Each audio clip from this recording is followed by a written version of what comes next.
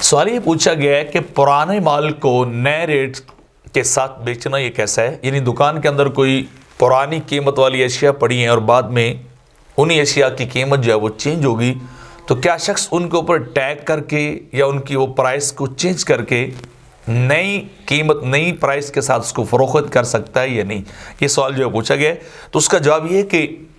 کوئی شخص اپنی دکان اپنی مملوکہ چیز کو جس ریٹ پہ بیچنا چاہے وہ بیچ سکتا ہے، کیونکہ جب اس نے خرید لی ہے تو پھر وہ چیز اس کی ہو چکی ہے، تو اس کو بہرحال شرعی طور پر یہ اجازت ہے کہ وہ مناسب جو ہے وہ قیمت پر اس کو جو ہے وہ فروخت کر دے۔ وہ مناسب قیمت جو بازار سے اتنی زیادہ فرق والی نہ ہو کہ بالکل لڑائی جھگڑے تک یا بے ایمانی تک کی باتیں جو ہیں وہ آ جائیں، لیکن اگر کوئی ایسا سسٹم یا ایسا کوئی معاملہ بن سکے کہ جس کے اندر وہ چیز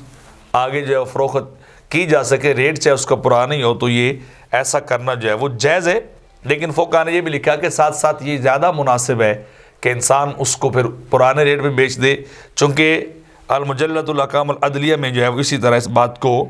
جو ہے وہ کتاب البیوع کے اندر جو ہے وہ لکھا گیا ہے، الثمن المسمى وثمن الذی بسمہ،